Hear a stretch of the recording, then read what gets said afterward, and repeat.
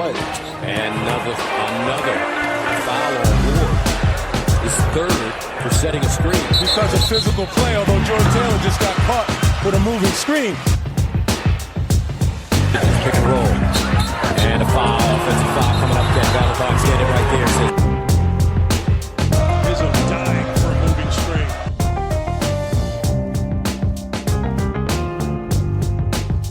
Welcome back, everybody, to another edition of the Moving Screen Podcast. I'm Brendan Quinn from The Athletic, still bunkered down.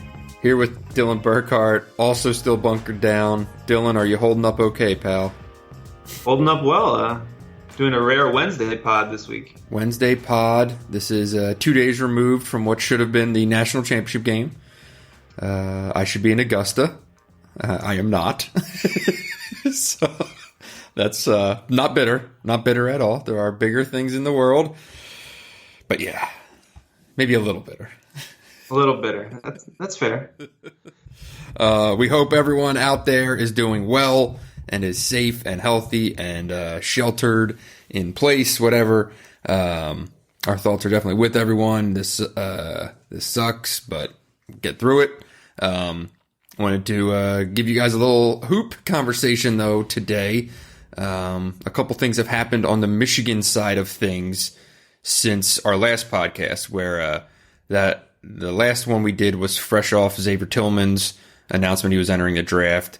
And we talked at length about that. So if you want a lot of Michigan State stuff, I'd recommend checking out the last podcast. And not much has happened on the Spartan side of things, roster wise since then. It's mainly been, they're still pursuing some grad transfers, at the point guard position, but haven't struck with anyone. So, we're going to talk a lot about the news on the Michigan side, which has been rather, noteworthy since that last pod. So before we get into that, Dylan, we're both still populating our respective sites, both still producing work. There's still a lot of stuff to be done. What's happening on Hoops under the current situation? So yeah, we're still doing our 20 thoughts on 2020, breaking down the freshmen. We did Isaiah Todd last week. We're going to have Hunter Dickinson coming up next. Also have quite a few thoughts on David DeJulius' decision to transfer and what all that means, and kind of, I guess, making sense of the roster as it stands now and what could be coming up. What do you have over at The Athletic? Well, I got a couple things, longer pieces coming for next week. But in the meantime, I did a podcast with myself and Nick Baumgartner. Had Duncan Robinson on the show, and he told a story that I've been dying to put out there for a very long time, basically since the 2018 Final Four. The story of when players nearly boycotted the 2018 Final Four open practice in a protest for student-athlete welfare. It obviously did not go through it, but Duncan tells the whole story of what was happening behind the scenes that week, and I thought it was really interesting. It's if you are curious of what might have been, we Nick and I wrote a story to kind of go with it, where we walk through certain things. So check both of those out if you're up for it. And yeah, two bigger pieces coming next week, and obviously news that comes on Michigan State as it happens. Touch on it here and there. So, do you listen to Duncan's podcast, Dylan? I've not listened yet. But oh my goodness, check it out. It is interesting. So, you listen. I know you listen to Duncan on JJ Redick's podcast, but you don't listen to Duncan on my podcast. Is that how it is? Apparently that's how it is wow. right now. I've had a hard time listening to podcasts with this current state. I'm trying to get there, but I'll take a listen. You got a dog to walk. I did read the article.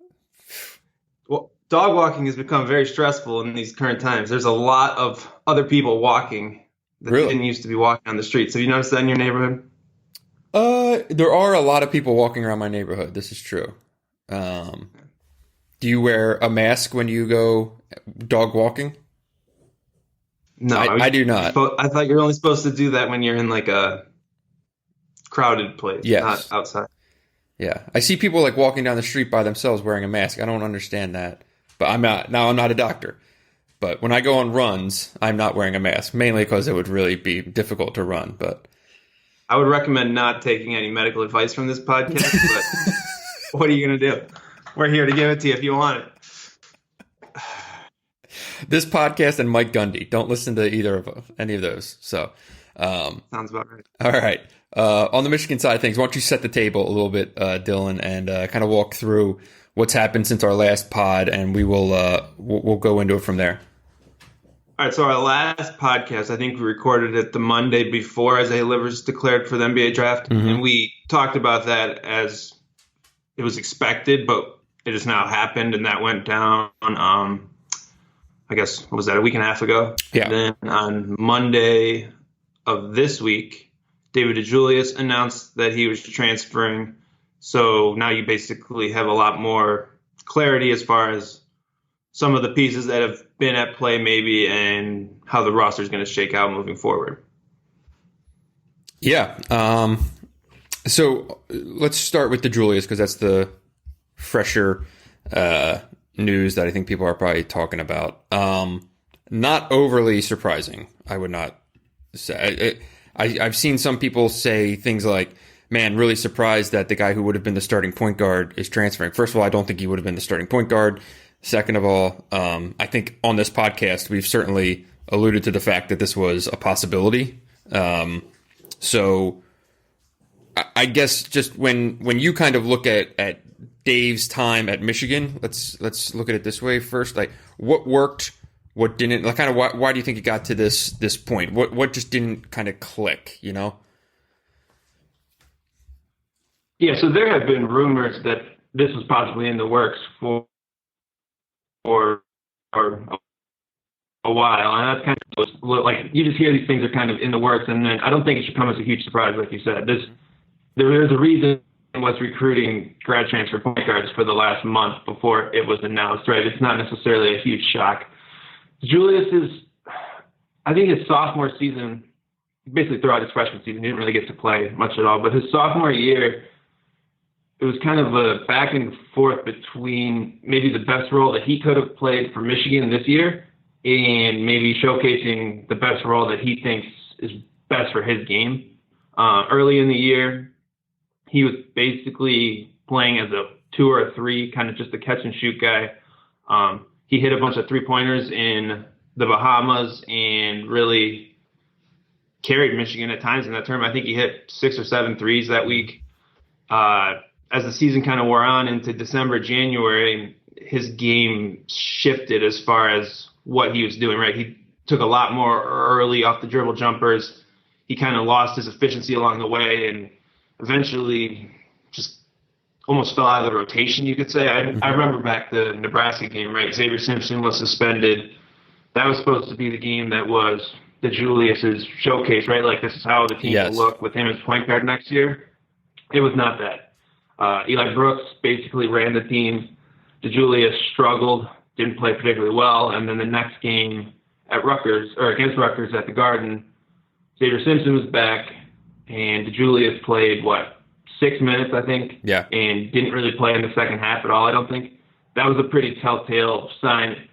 The way I would put it is, if David DeJulius thought he was going to be the starting point guard next year, A, we would have seen more buy-in from Juwan Howard to play him extended minutes, and B, I don't think he'd be transferring, right? I think the writing was kind of on the wall in that regard. He just couldn't. It just seemed like Juwan Howard never bought in as DeJulius as his future point guard. Yeah, I agree. And it's interesting because it's, you know, if he goes and has success somewhere, it'll all come back to, well, he never really had the shot here to be the point guard, right? Because if you look at the Nebraska game, when, you know, he was the starting point, it was pretty clear that this was kind of an opportunity. At the same time, that's hard. It's hard to just on a, you know, one game you get a shot and, you know, that's just not how basketball works, right? So, you know, but that's if he has success. And I'm not sure, I'm not sure what level, you know, David will find what he's looking for at. But like even, I mean, he played 20 minutes a game in Big Ten play this year. And I thought there were more, there were fewer positives, I thought, than moments of, wanting to see something else out of him. Is that fair to say?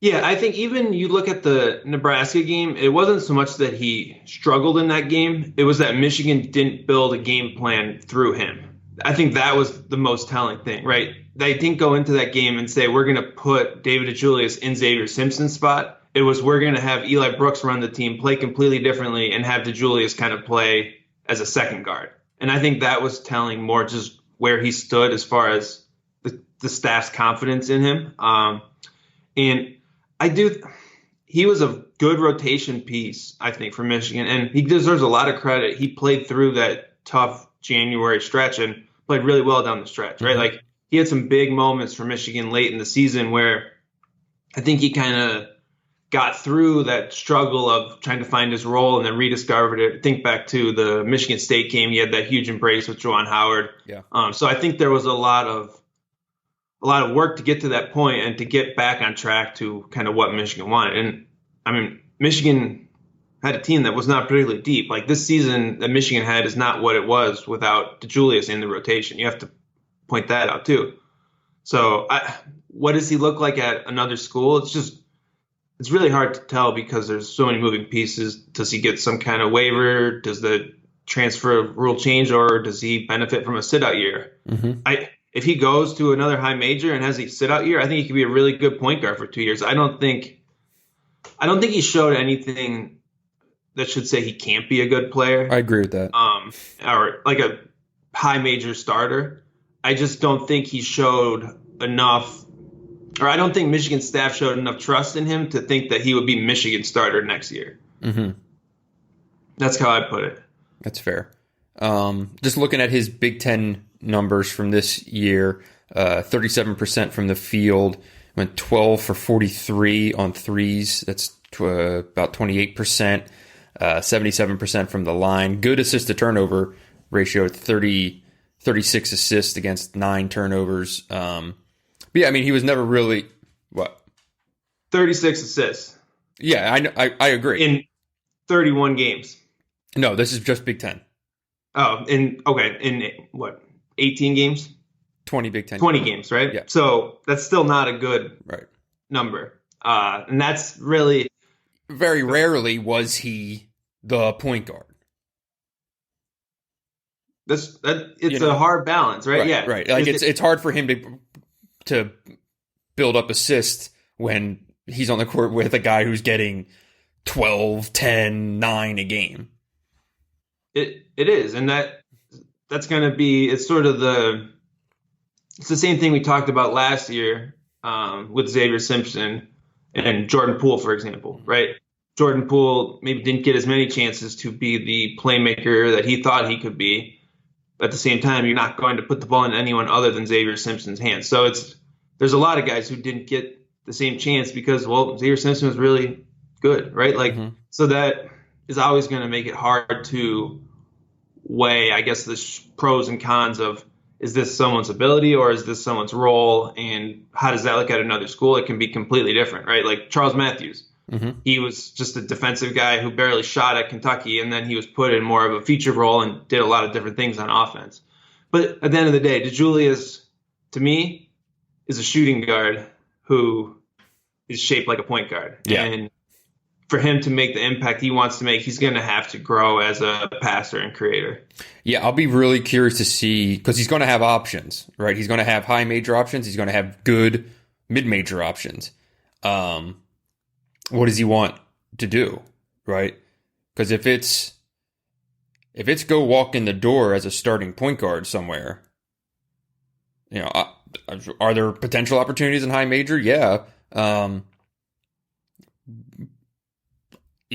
If you go mid-major, it's far more likelihood of, you walk in and it's a situation of being, almost assured of being handed the keys, right? Possibly. Yeah. I mean, all rosters are different and all that, but like even more so, what is he like, does he want to go high major? Does he want to go mid major? I would assume he wants to go high major. This is just the nature of players, and Dave is a really competitive dude. So I think he's going to take the best offer that he gets and go try to prove himself, would be my bet here. Yeah, I mean, with the list of schools that's been in contact with him is sort of who you'd expect to recruit a kid from Michigan. A lot of high majors that recruit pretty heavily in Michigan. Schools like Marquette, Missouri, Maryland with DeAndre Haynes, Cincinnati, Rhode Island, Auburn, Creighton, Iowa State. I mean, those are all good high majors. I would expect him to land at that level. He could be a MAC player of the year, but I don't or an 8-10 player of the year, but I don't see him going that route. I think, especially with a sit-out year, I really think he could be in the mix to start at point guard at any of those schools. I don't think he's that far off from that. It's not like he's a rotation Big Ten player as a sophomore. Mm-hmm. I don't know why you wouldn't expect him to go high major. Yeah, that's the thing, because I'm sure a guy like Greg Campy is like, hey, come to Oakland, I'll play your ass 38 minutes a game, right? We'll try to make you. There are a lot of dudes, Greg Campy, who play 38 minutes a game who aren't going to Oakland. Right, but a place like that, the sales pitch can be, you can shoot the damn ball 12, 15 times a game if you want, right? I don't know how many other places can throw that out there, but I agree with you. I think he's going to go try to prove that he is what everyone thought he was going to be, right? Yeah, and flipping over to Michigan's roster, and I guess what this means, I think that's probably a more relevant conversation at this point. Mm-hmm. You look at who's on the roster right now, and there are not many guards, right? I mean, guard depth was an issue for Michigan last year. And now you're looking at Eli Brooks and Zeb Jackson as really your only guards under 6'5" on the whole roster. Mm-hmm. So that's a senior who is not a particularly great ball handler and a true freshman. Right. And now part of that is also how unique of a player Franz is, right? Yeah. Do you think Franz Wagner's a 2 next year? Yeah, I think he's going to play a lot of 2. I mean, obviously, Josh Christopher would potentially change some things, but, Franz is going to play the 2 next year. Yeah, but basically, Michigan's roster was already super top-heavy, right? Yes. Like, it's just all these 6'7" plus guys, mm-hmm. and now it's just more so. And if you think about what Michigan's offense was this last year, it was all run through a ball-dominant guard. Mm-hmm. And right now, there's no ball-dominant guard on the roster. Obviously, Josh Christopher would change that. There aren't even that many guys who can dribble, let alone ball-dominant guards. There are a lot of guys who probably think they can dribble. Yeah, okay. I don't know how many guys can. They're like, yeah, but if you're talking about dribbling the ball up the court against pressure, like it's an interesting roster to figure that out. You're longer than everyone you play, you're bigger, but I can see it 2 ways. One, DeJulius, we don't think it was going to be the starting point guard. At the same time, man, there's not a lot ahead of him in the rotation as far as guys who can dribble, right? Like just whatever you want to call a guard. So I guess what do you make of that, and what do you think of Michigan's roster right now and how it could shift? I do still think there will be a guard addition somewhere. I think this kind of was the cemented that. When we talked about, the possibility of Michigan adding a grad transfer point guard the last time, it was, if DeJulius is there, I just didn't see it on paper as being that attractive of a destination for, a guy like Bryce Aiken or whatever like that. You take one body out of there and suddenly it's a freshman and Eli Brooks who is technically a 2 guard. Well, now it changes because, it's not like guys are getting chances to do full scouting reports on every roster that they're being pursued by, but just on paper alone, it's more attractive right now. So I think there will be an addition. If there isn't, which is not a guarantee, right? Or a good one, you can add any freaking point guard you want. It doesn't necessarily mean they're good or any better than Eli Brooks would be as just give him the ball for 35 minutes a game and let him be your point guard. Or say 30 and 10 for Zeb, but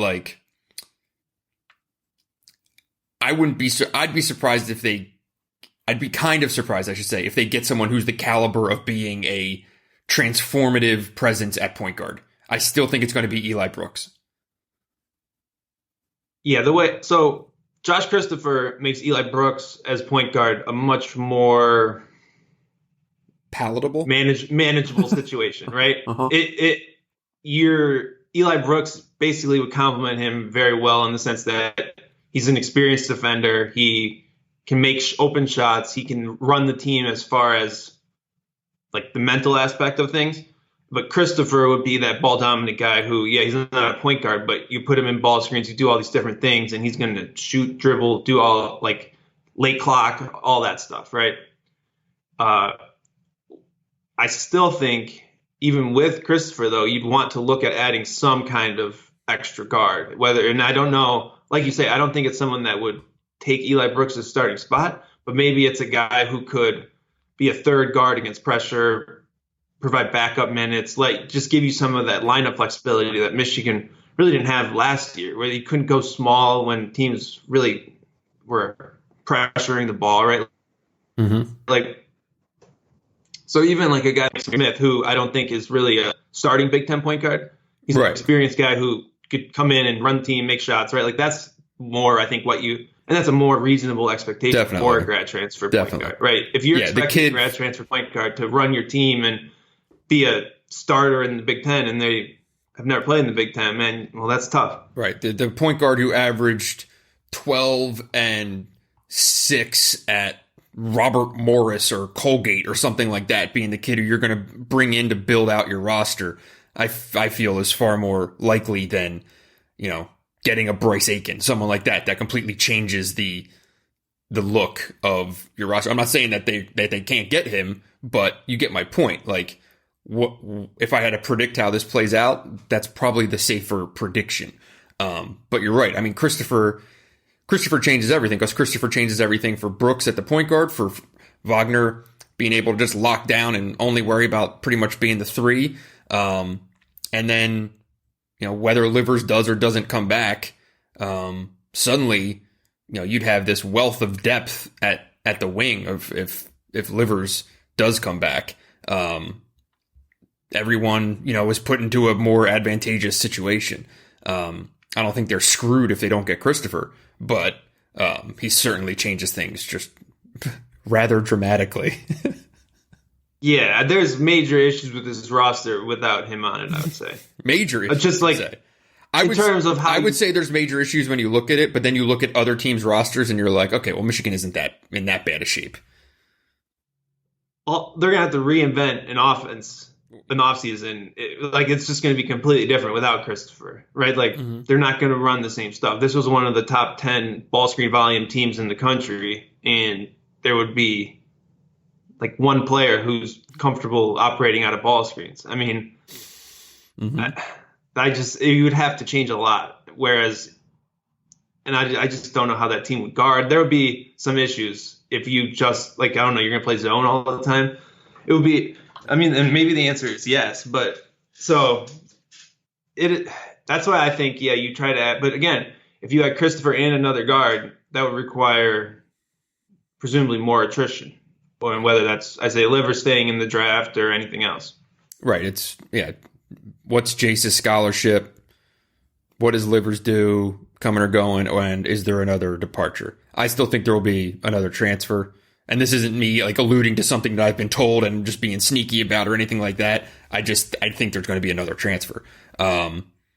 And right, I've always been under the impression I think Livers comes back, but everyone who talks to me now is saying that they think Livers is. And when I say everyone talks to me, I'm talking other media guys and basketball people and shit like that, not staff or anything. It's suddenly everyone is now, okay, Livers is probably going to stay in, his comment in that thing, let's talk about this. His comment in that teleconference was that he wants to hear someone say guaranteed contract, right? I wasn't on the call. Yes, and he said the same thing again on a BTN interview. Yeah. I don't know where that's coming from. Who is telling Isaiah Livers that they're giving him a guaranteed contract? I mean, we don't. Yeah, we're not gonna. So here's the thing. I don't know how anyone I mean, guarantee pre-draft process aside, and how weird everything is right now. Even under normal circumstances, I don't know who's giving Isaiah Livers a guarantee of a guaranteed contract. Am I crazy? I mean, so he's where? He's like 80 on most big board. Like I think Sam Vecini has him around 80 on his big board. So it's not like he's like not on the radar. Is it impossible that a team could like him in a normal year where there's workouts and everything else? I don't think it's impossible. I mean, guaranteed contracts is basically someone saying, yeah, we'll pick you in the second round and we'll sign you. But people don't even know the draft order or any of this, right? Like, so I don't know. And at the end of the day, it's deciding whether what you hear means guaranteed contract or not, right? Like, it could be like 5 teams are like, yeah, we really like you in the 30 to 45 range. And to you, that means guaranteed contract. But to me, it means maybe they just like you, not going to take you, right? So, see, to me, the guarantee of a guaranteed contract means telling someone we are going to give you 2 years guaranteed. Now, it'll probably be a 2-way deal, but we guarantee that we will give you a 2-year deal.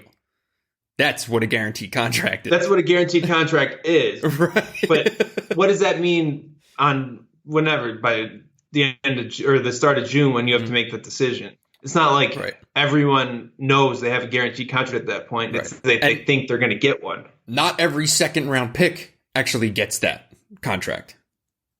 Yeah, it's something like, I think 50 people last year got one, though. Something like that, 45, 50 something. And it's definitely been a growing number. It's been on the uptick. Yeah, it's becoming more common.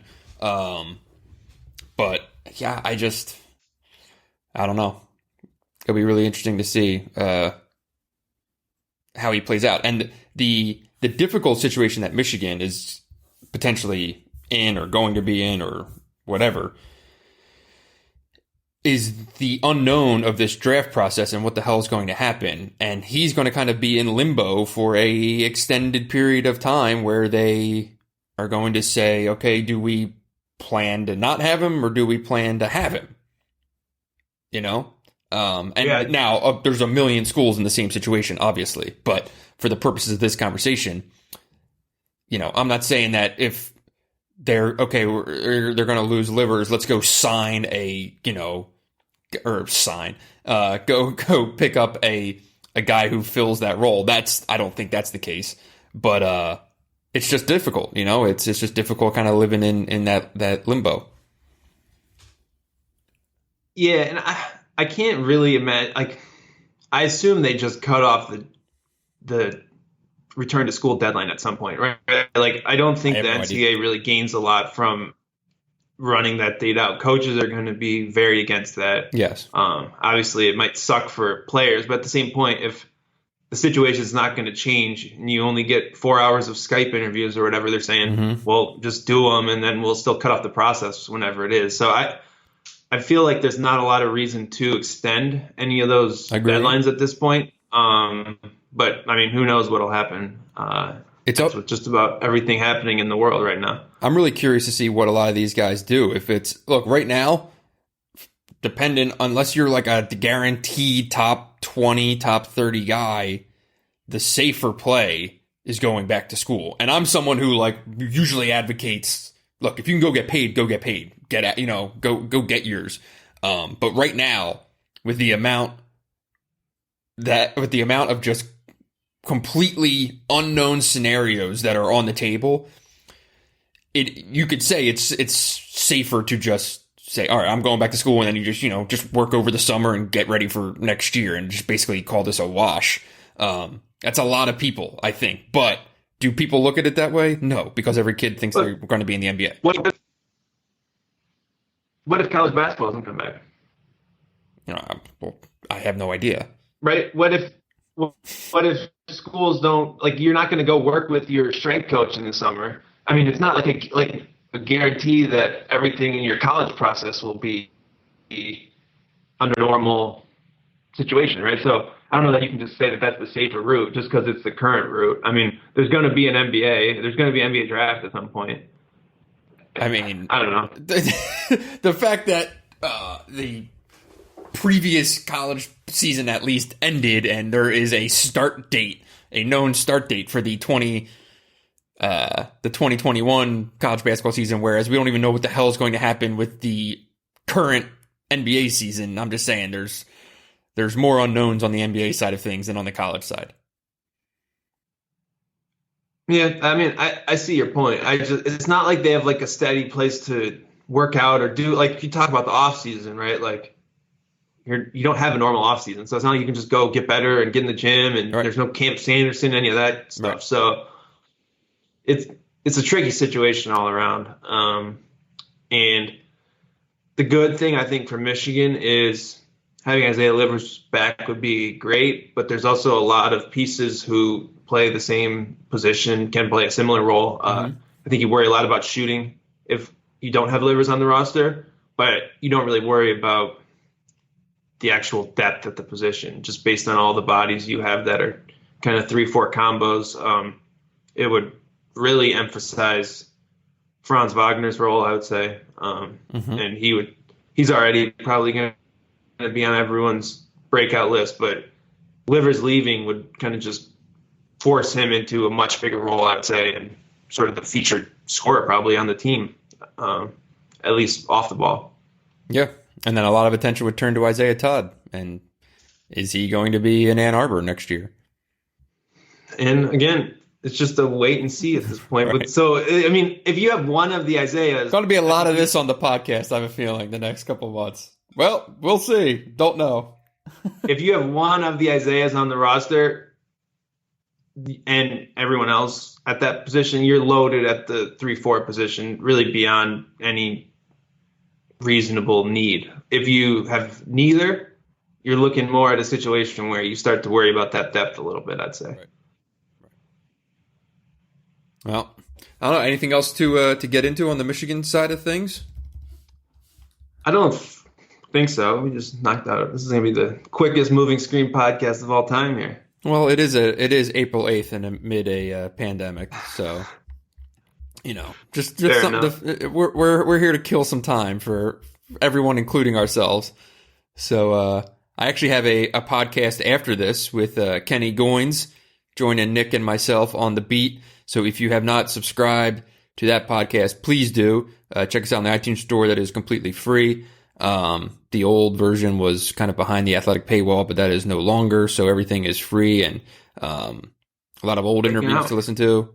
Dude, last week we had Stu Douglas live from Israel. We had Derek Walton rewatch the second half of the Oklahoma State game with us and kind of talk about college basketball and his life afterward. He was great. We had Duncan Robinson on. So at some point, maybe, I don't know if Nick's ever going to have a football guest on, but as long as we're going to keep talking basketball, I'm down for it. Got to pick it up. I know, right? So we will try to do these, though. As news comes and stuff like that, just knock out half hour, 45 minutes, kind of tackle these things as they come. Give you guys something to waste your time with, I guess. So, but between those, make sure you're checking out Hoops. Make sure you're checking out The Athletic. Subscribe to both. We are currently offering a 90-day free trial on The Athletic to help you get through these few months. You can cancel at any time. And Dylan, you got any pandemic deals, dude? We do not have a pandemic deal right now. You got to get on that, man. Put something together. I guess so. We're behind the times.